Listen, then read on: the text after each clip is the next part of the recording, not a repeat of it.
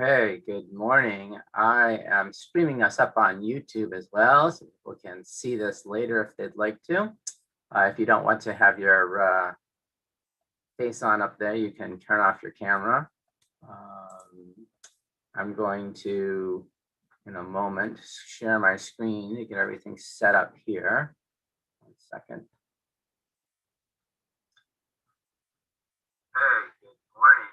I end up. There we go. Okay. Okay, here we go. I'm going to present that, share the screen. We are ready to start up our learning this morning for the Siyyum Bechorim, the fast of the firstborn. Happy to have people here with us, even if you're not a firstborn. We are going to be completing the learning of Masechet Megillah, of the Mishnah that we've been doing on Shabbat mornings, and figured the timing was perfect, really, for us to leave a couple of Mishnayot for today and have the Siyyum. I think there may have been some confusion about whether there was a service or not. We're just doing the learning and the Siyyum, not a full Shacharit service. But it will conclude with the Kaddish after learning and after completing a Masechet, which, if you're saying Kaddish, you can certainly join for that.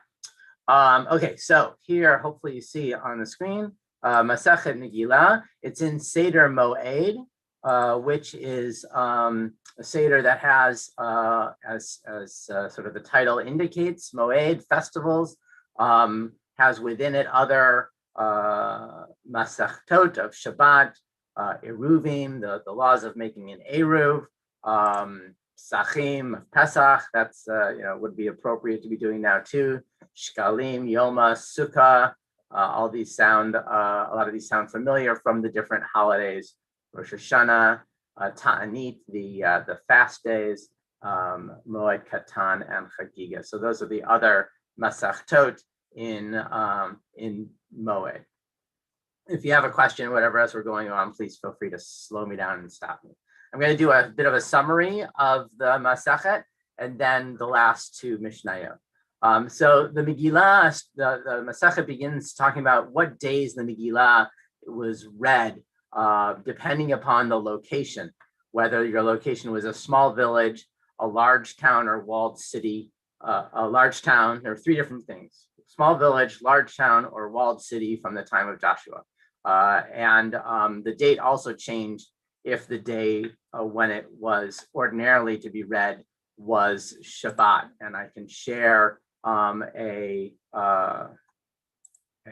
description of this here. If you check this out, 1 second, I gotta move things around again. We have, did that disappear?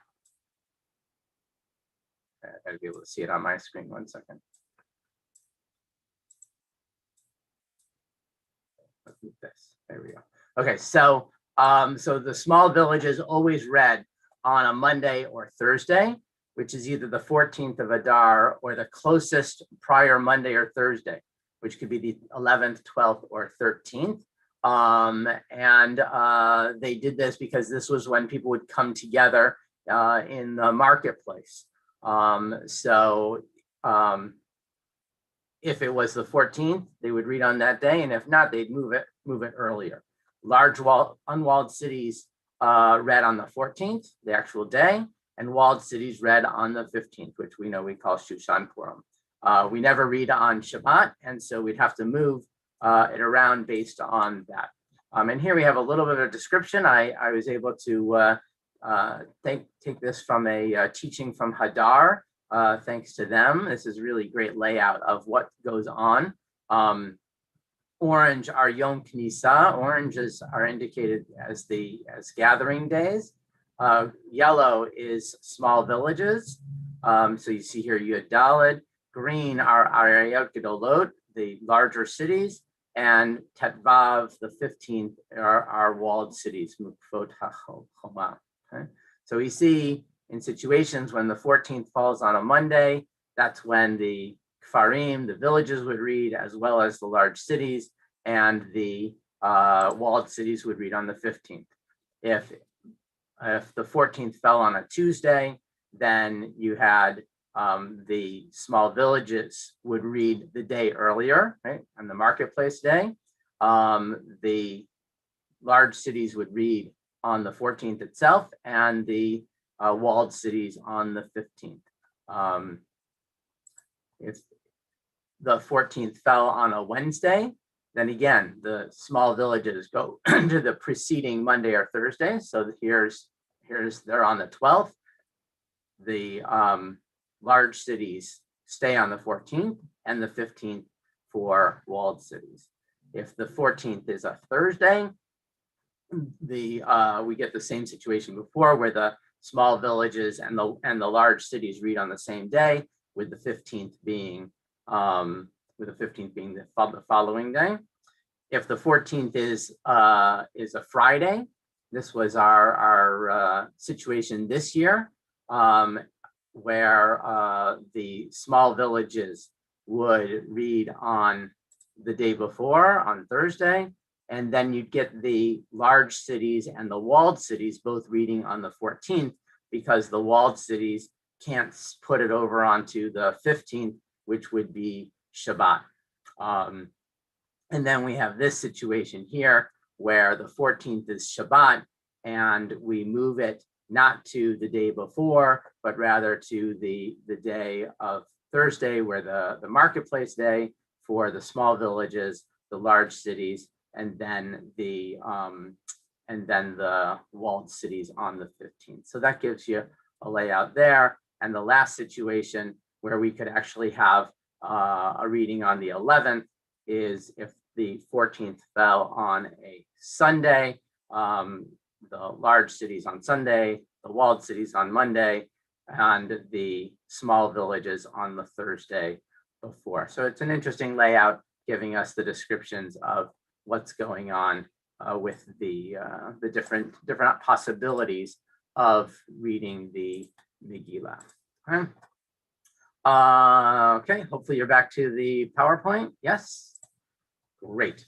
So then there's a whole section that says Ein Bain, this, this, Ella, right? There's no distinction between X except for Y. Actually, no distinction between X and Y except for Z, probably I should have written, right? There's no distinction between Shabbat and Yom Tov except for cooking, right? There's no distinction between Shabbat and Yom Kippur. There's no distinction between Torah and Tefillin and Mezuzah. There's this small distinction between a public altar and a private altar, and Shiloh and Jerusalem. So it went through some of those characteristics of those different things. How do we, or can we, read the Megillah? So can we read it out of order? No. Can we read it by heart? No. In a language that they didn't understand? No. In Aramaic? No. And written in the wrong materials? No. Could we read it in a language that they do understand, right? Or that we do understand? Can we read the Megillah in English? Right? The answer was yes to that. Could it be read in Hebrew even if we didn't understand it? And the answer is yes to that. And then we could also pause along the way, which we know we do when we're having the spiel in between. You could read a chapter and stop, and then read another chapter, and you could even break up in between verses. And you could even take a nap in between if you were so inclined. Things that could be done all day long. So of course, we're starting with Megillah, right? Saying that if you don't read it, let's say first thing in the morning, you could read it anytime during the day. Other things that fall into this category are Hallel, shofar blowing, lulav, musaf, the confession on the bulls and the declaration of tithes, which we're all really concerned about, and the confession on Yom Kippur. And then there were a number of others that were mentioned as well. Things that could be done all night, since we're talking about what things could be all done all day. Well, let's talk about things that could be done all night. And one is the counting of the omer, or in their time, the actual bringing of the omer, the burning the fats, burning the limbs of the burnt offering. Then they list at the end a general principle: something that's a mitzvah to perform during the day is valid if performed anytime during the entire day. Something that's a mitzvah to perform at night is valid if performed anytime during the night. Going back to that, the one thing I was thinking about, though, is that I think that means if it doesn't have a particular time of day that it's supposed to be done, right? Like the Shema is supposed to be done at a particular time. Yes, it's during the day, but that doesn't mean you can do it anytime during the day. You have to do it during that particular time. But if no particular time is mentioned, then it's given this latitude for doing it anytime during the day.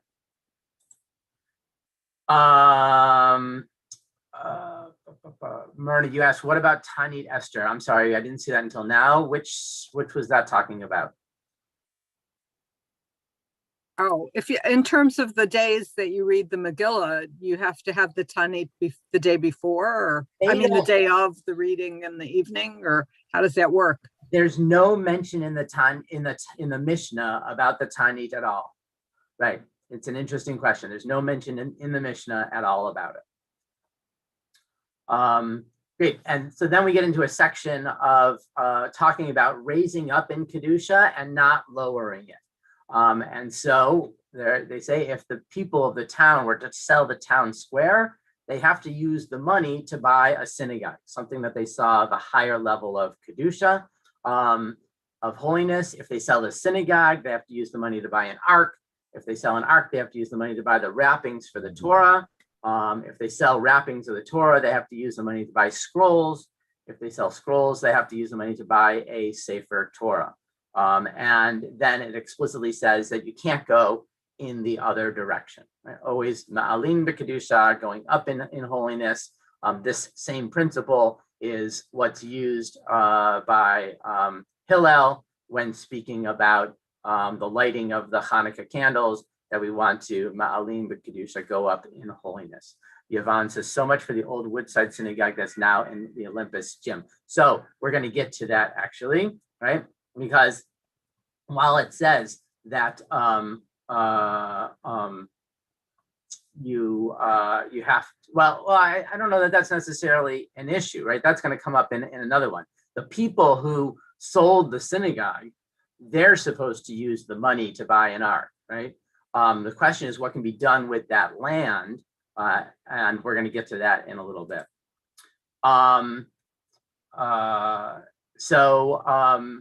They may not sell a sacred object that belongs to the community to an individual.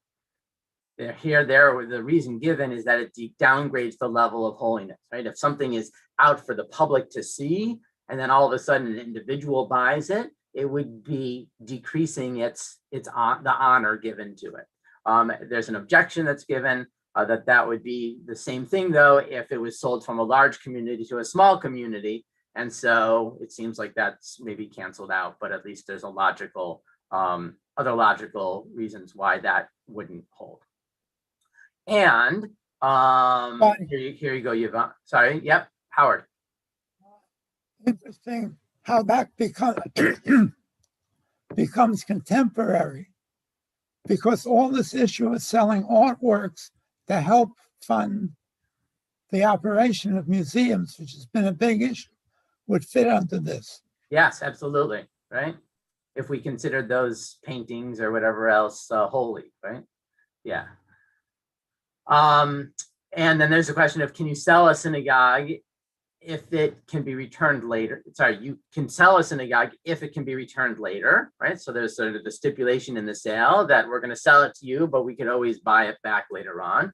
Or if it's not going to be used for a bathhouse, a tannery, a ritual bath, or a lavatory. This, Yvonne, gets into what you were asking before. Although Rabbi Yehuda permits selling it because once it's sold, the buyers can do what they please with it, right? That you could say, oh, you can't use it for a bathhouse, but down the road, the buyers really could turn it into something, or a gym named after a pagan god. Yes, absolutely.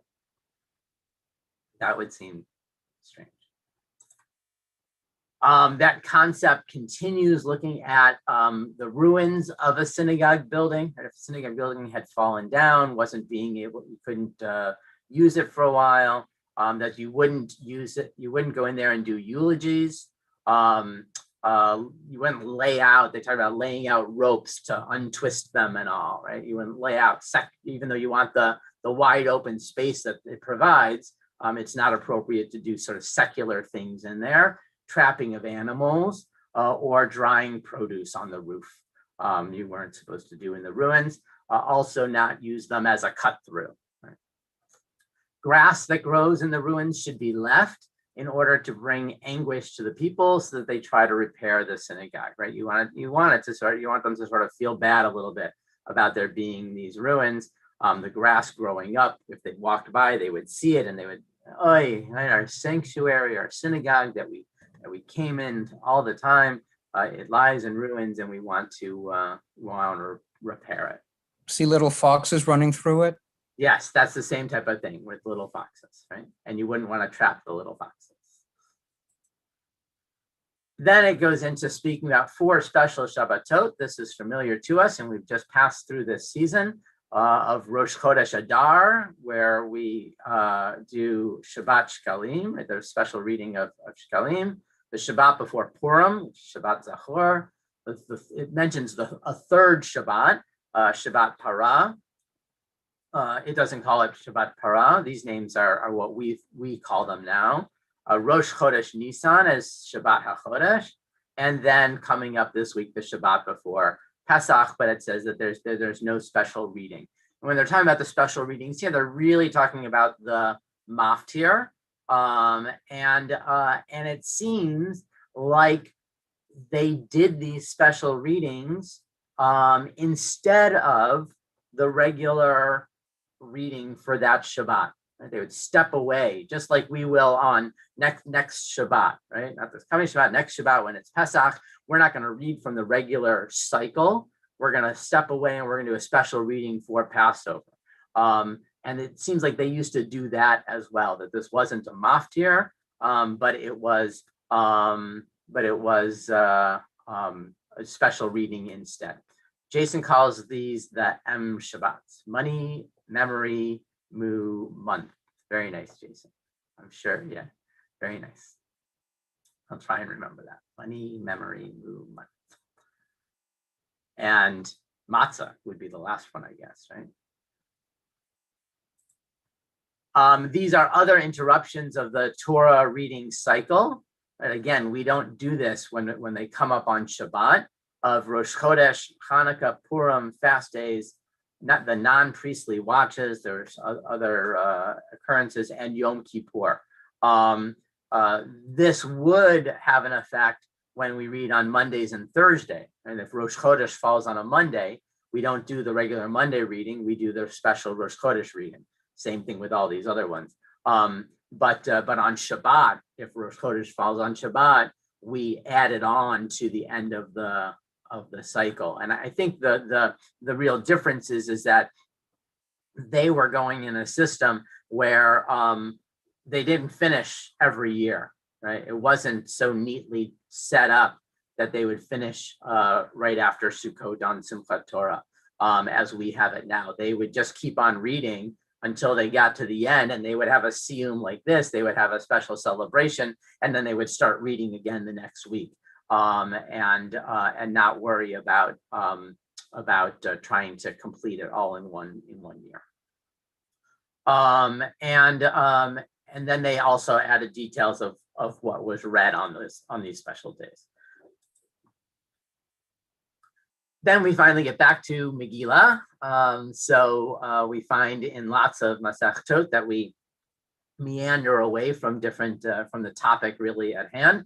But specifically about the reading of the Megillah, you could sit or stand, unlike the Torah reading where you're supposed to stand for it. 2 people can read simultaneously, unlike the Torah reading, where you're only supposed to have one person, one voice, and reciting blessings if that's the custom of the place. Right? It says if it's the custom, you recite the blessings. If it's not a custom to recite the blessings, you don't recite the blessings. Wonderful real strong opinion there of the Mishnah. Then we go into a section talking about the number of aliyot on different days. Monday, Thursday, and Shabbat afternoon have 3 without adding more and not doing any less. And there's no haftarah, there's no reading from the prophets. On Rosh Chodesh, you have 4 and no more, no less, no haftarah. On festivals, 5, you can do more, but not fewer. Yes, there's a haftarah. On Yom Kippur, there's 6 aliyot. You can do more, not less. Yes, haftarah. And Shabbat, there's 7 aliyot. You can add more, not less. And yes, there is a haftarah. So, so we see that system that we're used to as well. It goes into a section talking about if there's no minyan, what do you not do? We don't do there's some sort of special Shema ritual of call and response around the Shema, doing the Amidah out loud, the priestly blessing, meaning going up, and they talk about it as raising hands, right? The Kohanim going up and putting up their hands, reading the Torah or Haftarah. There was some particular funeral ritual of standing or sitting that they would do, but not without a minyan. Blessing of comfort for mourners. That's a strange one, because I would think that you'd still do, if the blessing that they're talking is Hamakom Yenachem Echem, I would think you would do that even without a minyan. Sheva brachot for a couple, and adding God's name in Birkat Hamazon, meaning in the opening call of Birkat Hamazon. Guidelines for reading the Torah: you have to have a minimum of 3 verses per aliyah. There's a translation that was done verse by verse. Somebody would read a verse of the Torah, and then somebody else would read it in the Aramaic, or translate. They weren't reading it; they would just translate it from their, from hearing it, verse by verse. In a haftarah, you could translate up to 3 verses at a time. Torah had to be verse by verse. You didn't want to do a few verses and then the translator have to try and remember them, as I'll say he was translating them.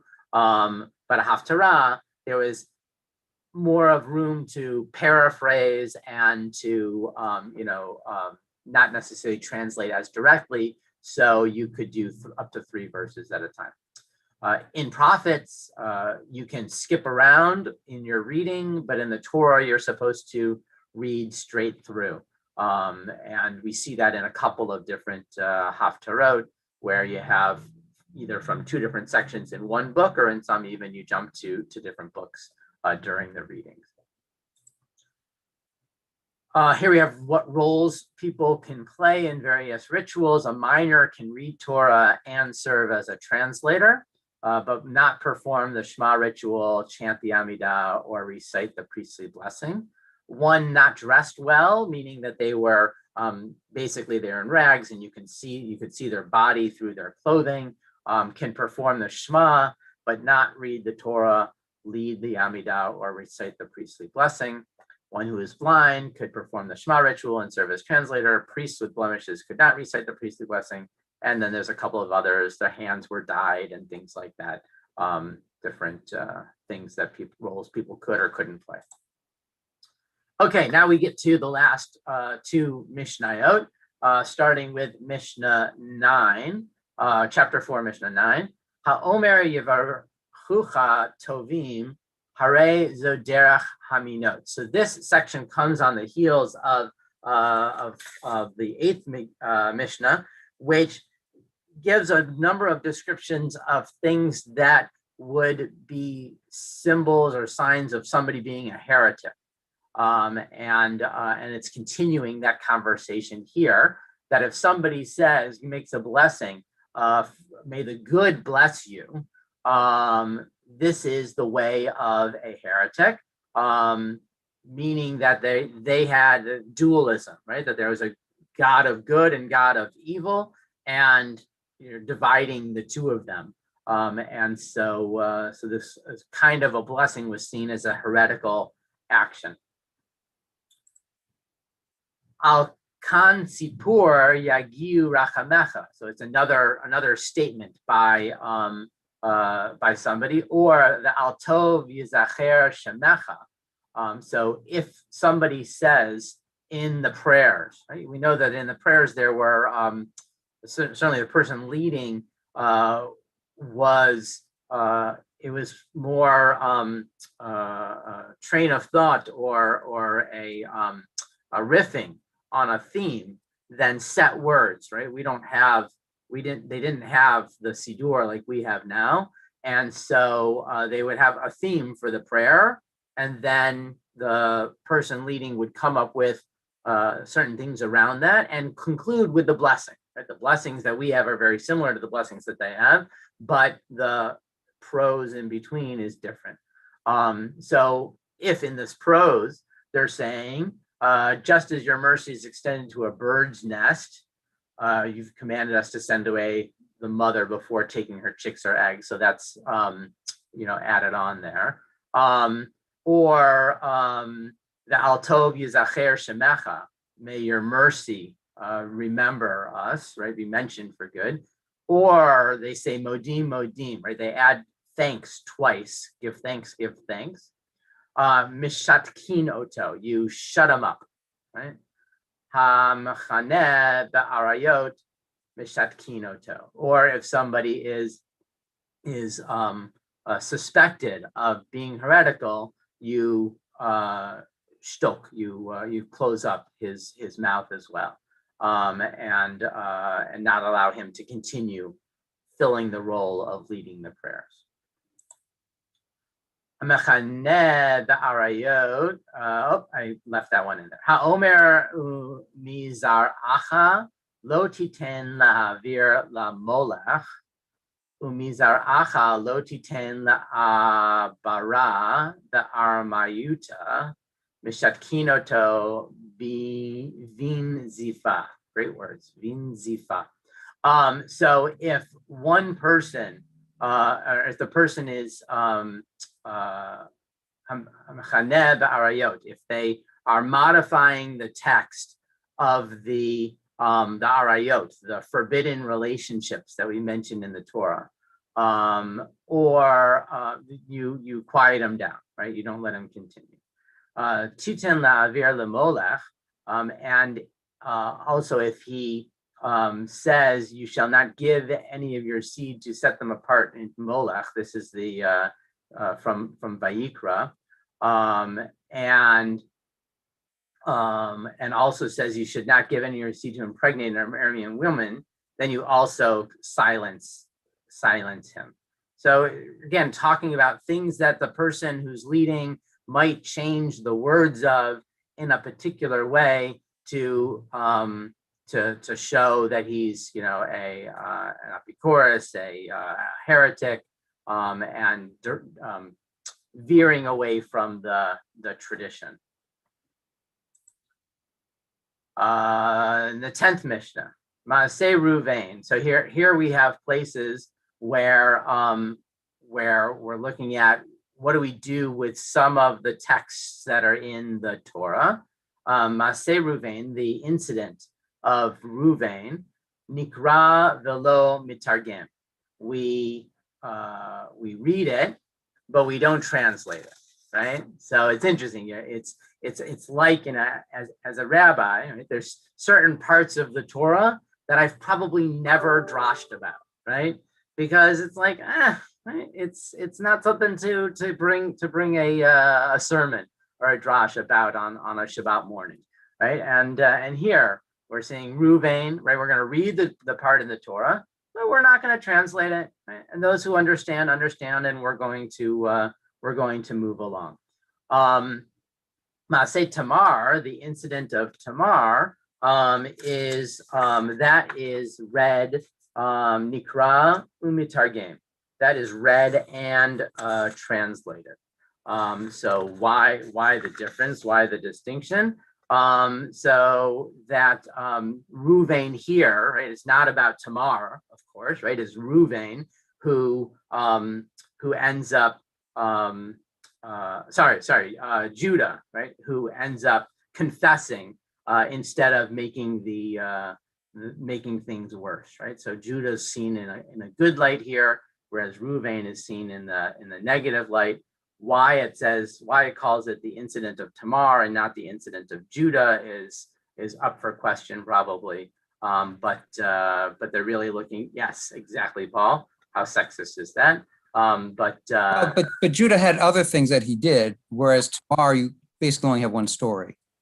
yeah, so that you knew what you're saying, so that you knew which incident we're talking about. Yeah, Right, because the Judah could be what happened with Joseph. right. Yeah, I mean, we can come up with it, but it does seem a little bit. Ruvain also did other things. Yeah, I mean, you've got Ruvain in the Joseph story as well. So I don't know. Maseh Egel Harishon, the first telling of the Egel, of the golden calf, Nikra Umitargem. We read it and translate it. V'hasheni Nikra Velo Mitargem. But the second one we read, but we don't translate it.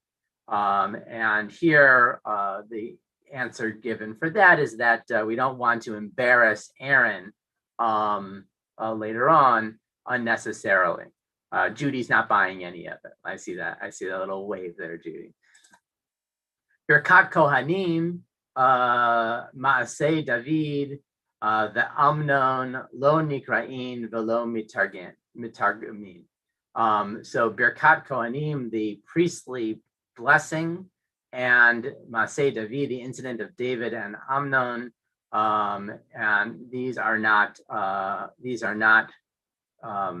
read nor translated. I don't know why it's saying it's not.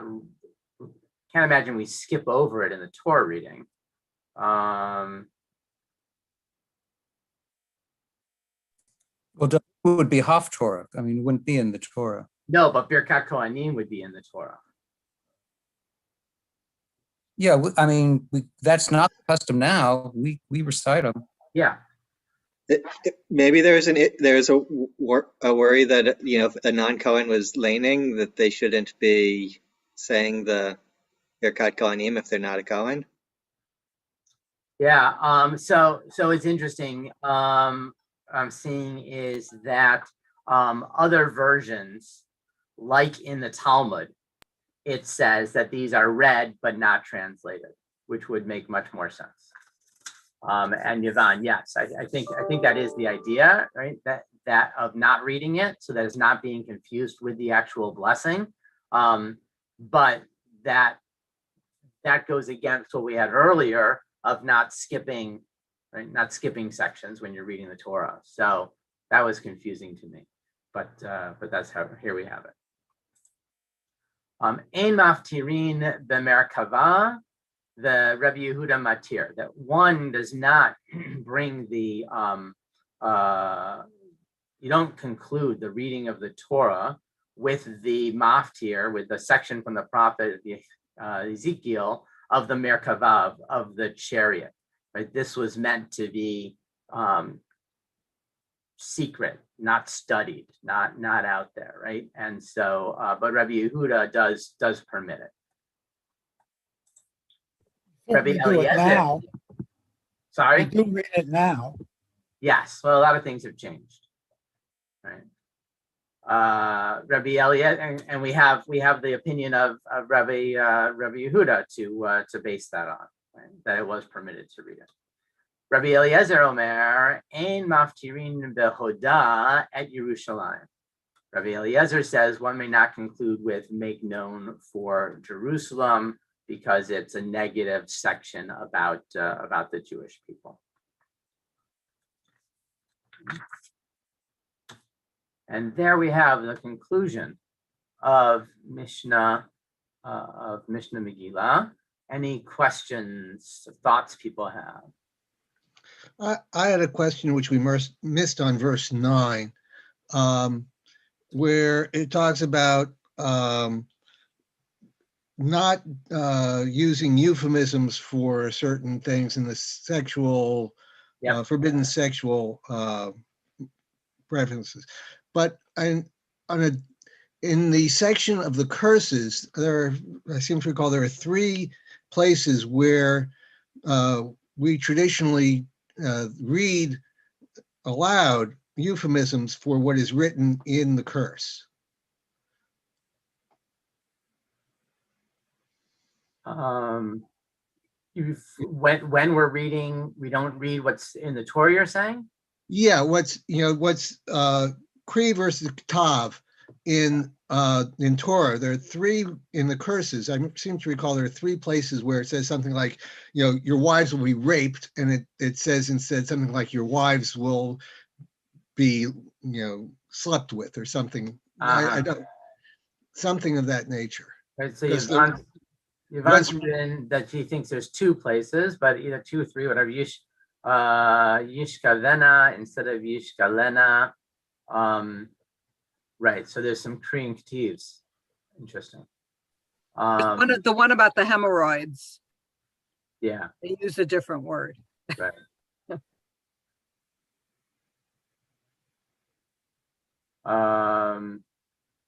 Yeah, I'd have to go and check those. Maybe they allowed for that in those sections, but speaking about the Arayot, they felt like it really should keep it to the original text. And I also don't know where the Korean Ketivs come in, right? When in history that got that's probably the Masoretes. Right. And which would they be may have had reasons for it. Which would be after the Mishnah. There's several places where the written and spoken are slightly different, and usually it's because there's an assumption that the written had a typo, but we can't change the text, but we also don't read the incorrect word. Right. And so it's possible they were arguing it's possible, maybe these words are also, not actually the words that were supposed to be written in the first place. Right, right. But those normally, the consonants are the same. It's just the vowels. Not always. No. There's somewhere it's really a radical. It really seems like a radical change. Now I'm going to point out that it assumes that it's euphemisms, but we have some, problems with the laws of forbidden sexual relations today. So I could definitely see somebody changing the way that verse about homosexuality is read, for instance. Right. Yeah. And that wouldn't be a euphemism. No, it would be really wanting to change the meaning of it. So, and the actual Mishnah doesn't say anything about euphemisms. It just says changing the text, right? Correct. The euphemisms is the interpretation. Yeah. We are now going to do the Kaddish for completion of a section of Mishnah, which you can see hopefully now on the screen.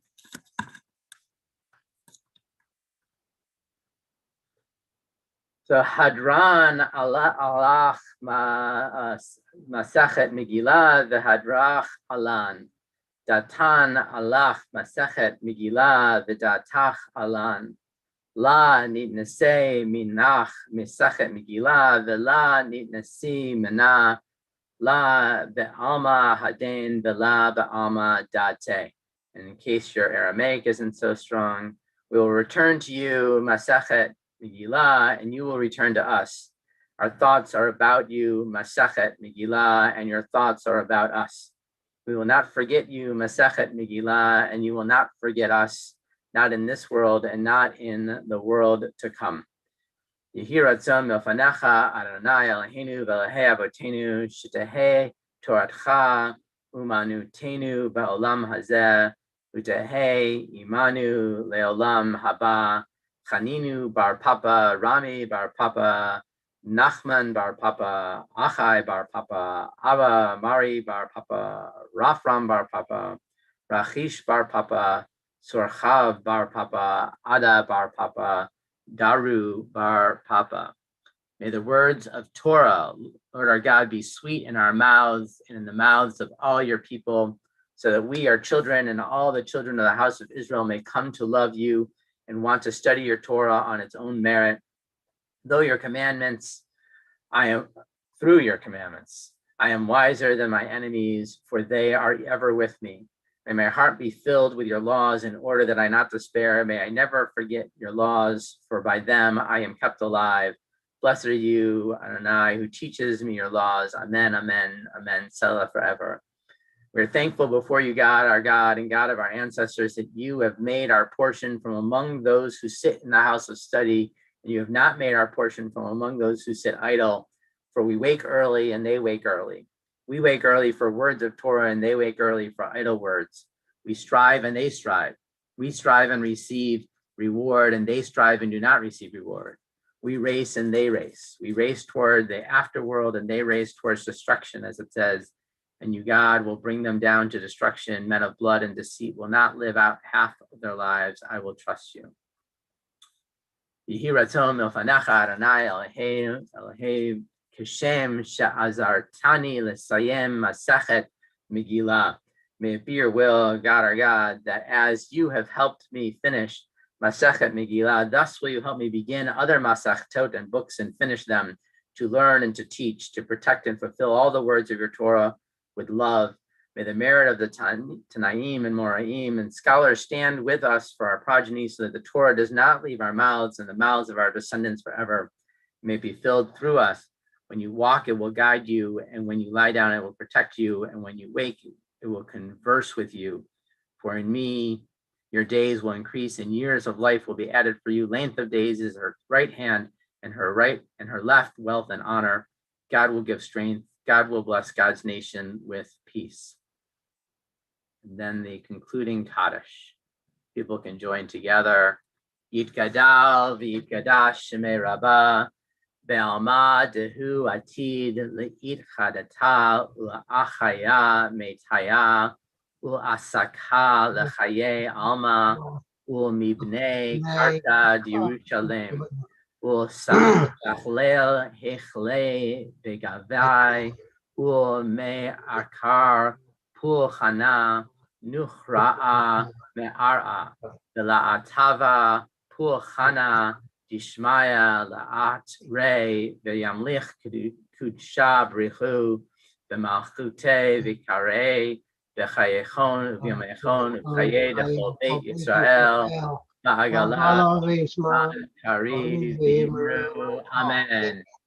Yehei Shmei Rabba Mevorach Leolam Omei Almaya Yitbarach V'yishtabach V'yitpa'ar V'yitromam V'yitnaseh V'yithadar V'yitalev V'yitalal Mei Kudsha Brichu La'ela Min Kol Berchata V'shirata Tushbechata V'nechamata Damiran Ve'alma V'imru. Amen. Al Yisrael ve'al Rabbanan ve'al Tamidehon ve'al Kol Tamidei Tamidehon ve'al Kol Man de'oskim d'oraita di ve'akra hadei di ve'chol atar ve'atar Yehei lohon ochon shlama rabba china v'chista v'rachamin v'chayin arichin mizone reviche Ufor kana min kodam avohon di vishmaya ve'ara v'imru. Amen. Yehei shlama rabba min shemaya v'chaim tovim aleinu ve'al kol Yisrael v'imru. Amen. Oseh shalom v'rachamav hu v'rachamav yaseh shalom aleinu ve'al kol Yisrael v'imru. Amen. Want to thank everybody for joining together for the Siyyum. Got now some snacks here, some goodies. Getting rid of some of our last chametz, of course. Baruch atah Adonai Melech haolam borei minei mezano.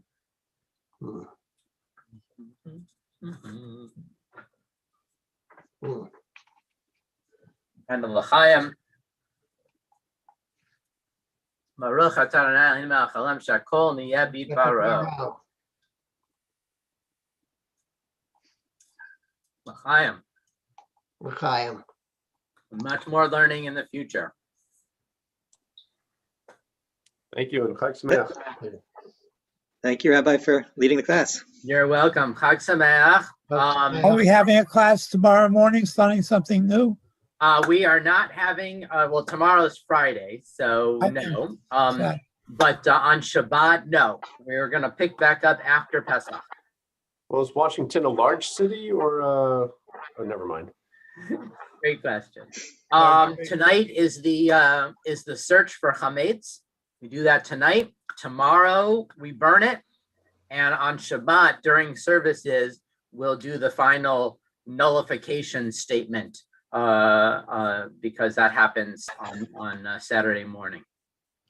So that's our system for the next few days. What time? Is there a time limit on burning? Burning, Noon, is what I read somewhere. yeah. Tomorrow? Or 12:08, something just shortly after noon. I think you're supposed to burn by then, but It's Friday, that's why I'm wondering. it It's seems to different me, like that could go later on as well. Because you're not really doing the final nullification until Saturday morning. But typically it's I forget who mentioned it, but somewhere around just after 12 o'clock. I can get you some of the times in a second here. 7:03 to 7:23. So there's an extra about a minute and a half per hour. Okay.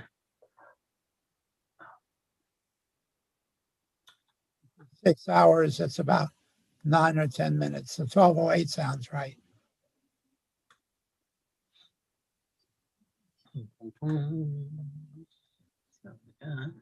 Shalom, you all. Chag Pesach Sameach. Chag Hasher v'Sameach.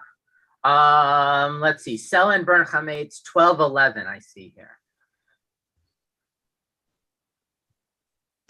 12:11 for Washington D.C. Yvonne, you're asking 5th and 6th hours. Does that give you that answer? Yeah, I think I'm good. Okay. Great. Other questions? No. Okay. Shabbat Shalom. Chag Sameach, everybody. Peace and Pesach, everyone. Peace and Pesach. Shabbat Shalom, Shabbat Shalom, v'Chag Sameach. Have a good trip, Rabbi.